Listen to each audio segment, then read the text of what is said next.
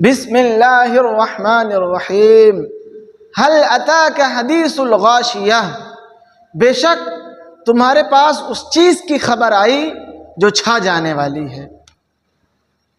مصیبت سے مراد یہاں قیامت کی مصیبت ہے، جس کی شدت ہولناکی ہر چیز پر چھا جائے گی۔ وجوہ یومئذ خاشیہ، اس دن بہت سے چہرے سیاہ ہوں گے، یعنی کالے ہوں گے، یعنی جس دن لوگ قبر سے نکل کر سل کے بل، یعنی بدبخت لوگ قبر سے نکلیں گے سر کے بل چلیں گے اور میدان محشر پہنچیں گے تو ان کے چہرے سیاہ ہوں گے، کالے ہوں گے۔ عاملۃ ناصبہ، انہوں نے کیا کیا ہوگا؟ عاملۃ ناصبہ، عمل تو کیا ہے لیکن مشقت جھیلنے والے ہیں، یعنی اس سے مراد بت پرست ہیں، کتابی کافر ہیں، جنہوں نے بتوں کو پوجا تھا یا کسی اور کو معبود مانا تھا۔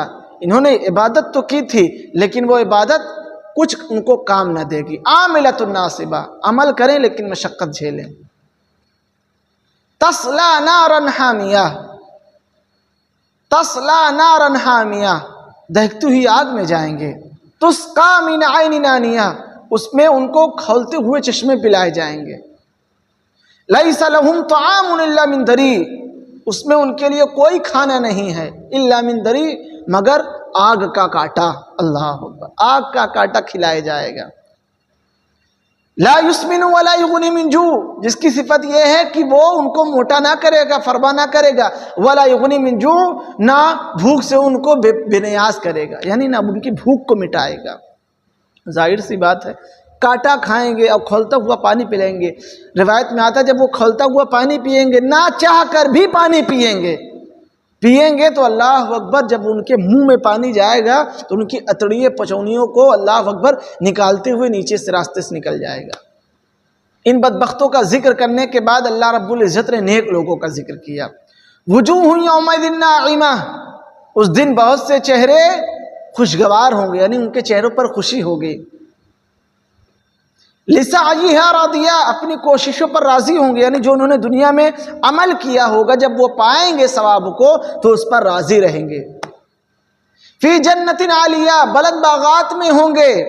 لا تسمع فیہا لاغیہ، اس میں کوئی بیہودہ بات نہ سنیں گے دنیا کی طرح۔ فیہا عین جاریہ، اللہ اکبر، اس میں چشمے جاری ہوں گے، صاف شفاف چشمے جاری ہوں گے۔ فیہا سرر مرفوعہ، اس میں بلند تخت ہوں گے۔ اللہ اکبر، دنیا کی طرح تخت نہ ہوگا، بڑا حسین تخت ہوگا جس کی لمبائی بتاتے ہیں 100 گز ہوگی، جب چاہیں گے بیٹھ جائیں گے، جب چاہیں گے اتر جائیں گے۔ وَأَكْوَابٌ مَوْضُوعَةٌ، اور وہاں گلاس رکھے ہوئے ہوں گے، دنیا کی طرح گلاس نہیں ہوں گے، یعنی چشمے جاری ہوں گے اور گلاس رکھے ہوں گے۔ جب لوگ اس گلاس کی خوبصورتی کو دیکھیں گے، اللہ اکبر، اس کی خوبصورتی کو دیکھ کر لطف اندوز ہو رہے ہوں گے۔ وَنَمَارِقُ مَصْفُوفَةٌ، اور بچھی ہوئی قالینیں ہوں گے۔ وَزَرَابِيُّ مَبْثُوثَةٌ، اور چاندنیاں پھیلی ہوئی ہوں گی۔ ذرا غور کریں، یہ جنتیوں کے بارے میں، یہ جنتی نعمتیں کے بارے میں بتایا جا رہا ہے۔ اچھا کھانا ہوگا، لذیذ کھانا ہوگا، چشمے جاری ہوئے ہوں گے، بلند تخت پہ ہوں گے، چاندنیاں پھیلی ہوئی ہوں گی۔ تو یہ دو لوگوں کا ذکر فرمایا، ایک تو بدبخت کا، ایک نیک شخص کا۔ جب یہ نعمتیں کفار کے سامنے بیان کی گئی تو انہوں نے جھٹلایا، تعجب کیا، تو اللہ رب العزت نے کہا تم تعجب کرتے ہو؟ افلا ينظرون الى الابل كيف خلقت، ذرا تم اونٹ کی طرف غور کرو، یہ کیسے پیدا کیا گیا ہے۔ تم تعجب کرتے ہو جنت کی نعمتوں کے بارے میں، پہلے تم دنیا میں غور کرو۔ یہ اونٹ، اللہ اکبر، ایک جانور ہوا کرتا ہے، لوگ اس کو پالتے ہیں کھانے کے لیے یا لادھنے کے لیے، سواری کرنے کے لیے، لیکن اونٹ یہ ایسا جانور ہے جس میں ہر طریقے کی صفت موجود ہے، اور یہ کانٹا کھا کر بھی جی سکتا ہے، ایک بار پانی پی لے کئی مہینوں تک یہ زندہ رہ سکتا ہے، ریت میں جہاز کی طرح چلتا ہے۔ اس کی طرف لوگ غور کریں، اللہ رب العزت نے کتنی بڑی نعمت انسان کو عطا فرمائی ہے۔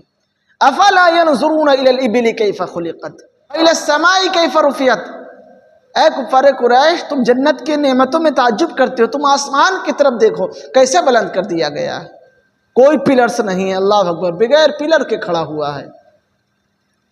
وَإِلَى الْجِبَالِ كَيْفَ نُصِبَتْ، پہاڑ کی طرف دیکھو کیسے نصب کیا گیا ہے۔ اللہ رب العزت نے بغیر کیل کے اس کو نصب کر دیا، اس میں سونا چاندی جواہرات ہر چیز نکلتا ہے۔ وَإِلَى الْأَرْضِ كَيْفَ سُطِحَتْ، زمین کی طرف دیکھو کیسے اس کو بچھا دیا گیا، پانی پر بچھایا گیا ہے۔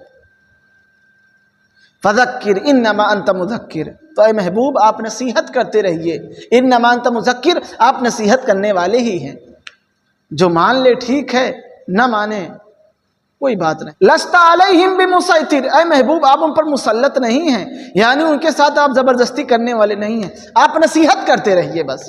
إِلَّا مَنْ تَوَلَّى وَكَفَرَ، ہاں جب آپ نے نصیحت کیا، جس شخص نے روگردانی کی اور جس نے کفر کیا، فَيُعَذِّبُهُ اللَّهُ الْعَذَابَ الْأَكْبَرَ، تو اللہ رب العزت اس کو بہت بڑا عذاب دینے والا ہے۔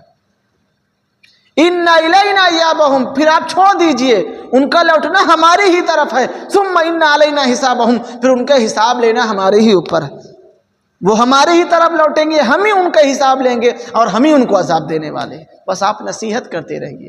تو میرے دوستو پتہ کیا چلا، ہم لوگوں کو اچھائی کی دعوت دیں، اچھائی کے راستے کی طرف لے کے جائیں، ہم ان کے ساتھ ظلم نہ کریں، زیادتی نہ کرنے لگ جائیں۔ حضور علیہ السلام نے جس طرح کیا، لوگوں کو بتاتے رہیں۔ آج اگر ہم نیک عمل کرنے لگتے ہیں تو ہم لوگوں کو برا بھلا کہنے لگتے ہیں۔ یاد رکھیے میرے بھائیوں، آپ لوگوں کے گناہ سے نفرت کیجئے، لوگوں سے نفرت نہ کیجئے، ہمیشہ یاد رکھنا، گناہ سے نفرت کیجئے، اس بندے سے نفرت نہ کیجئے۔